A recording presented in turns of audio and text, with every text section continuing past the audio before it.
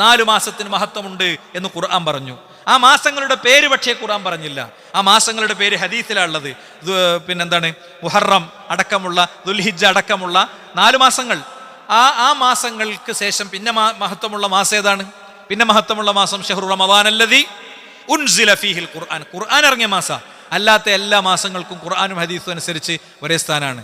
ഏറ്റവും മുന്തിയ കാരക്ക പ്രവാചകൻ അത് എടുത്തു പറഞ്ഞിട്ടുണ്ട്.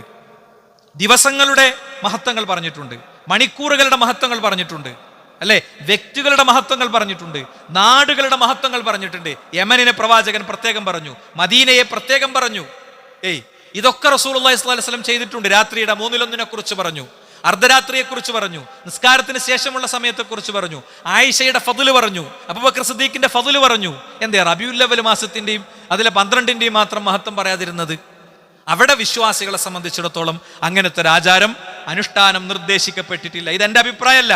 Sheikh Thajudheen Umar bin Ali അൽ ഖമിയി അൽ മഷ്ഹൂർ ബിൽ ഫാക്കിഹാനി അൽ മാലിക്കി, ഫാക്കിഹാനി എന്നറിയപ്പെടുന്ന പണ്ഡിതന്റെ പൂർണ്ണ പേരാണ് ഞാൻ പറഞ്ഞത്. അദ്ദേഹം പറയാ, ലാ അലമു ലിഹാദൽ മൗലിദി അസ്ലൻ ഫീ കിതാബിൻ വലാ സുന്ന. പ്രവാചകന്റെ പേരിലുള്ള പ്രത്യേക ഇത്തരം ജന്മദിനാഘോഷങ്ങൾക്ക് ഖുർആനിലോ സുന്നത്തിലോ അസ്ലില്ല. വല യുൻഖലു അമലുഹു അൻ അഹദിൻ മിൻ ഉലമാഇൽ ഉമ്മ. ഉമ്മത്തിലെ ഒരു പണ്ഡിതനിൽ നിന്നും അതിന്റെ രേഖ ഉദ്ധരിക്കപ്പെട്ടിട്ടില്ല.